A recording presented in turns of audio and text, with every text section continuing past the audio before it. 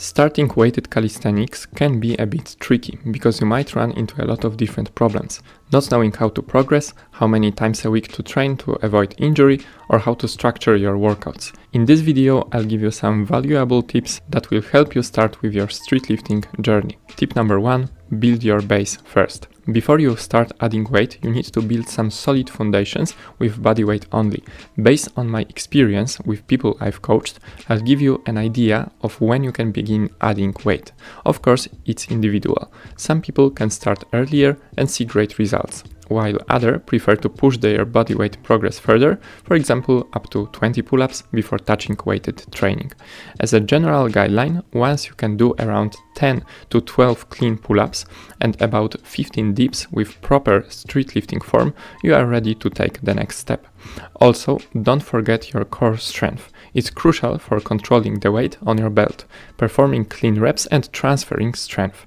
Before starting, it's a good idea to also strengthen your abs and maybe do some supportive lifts like bench press for dips or lat pull downs for pull-ups. Tip number 2. Start with higher reps. When you first begin weighted calisthenics, I recommend starting with higher rep ranges, around 8 to 10 reps. You might have to start with very small weights like 5 kg, but that's totally fine. Everyone starts somewhere. This approach helps you nail the technique, control the weight and build a solid base.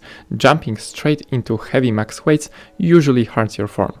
After about 8 to 10 weeks, you can gradually lower the rep range. First 6 reps, then 5, and eventually working down to 3 reps per set.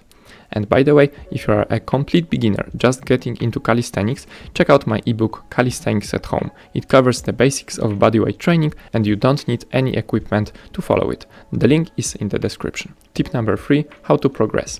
There are many ways to progress in strength training, but in street lifting, one of the best methods is to add small amounts of weight while keeping the same reps and sets as before. The key is to increase very gradually, no more than 1.25 kg per week. When you can't hit, for example, 3 sets of 8 anymore, drop to 3 sets of 6 and keep building from there.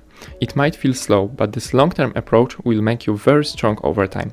Remember, you can't progress forever. You will need to take lighter phases too, where you focus more on technique or even take a deload week to recover. Tip number 4. Always use proper form. This one is huge. I used to make the mistake of adding weight but sacrificing form, especially on pull-ups. That left me weak in the top range of the movement, and when testing maxes, I couldn't get my chin properly over the bar.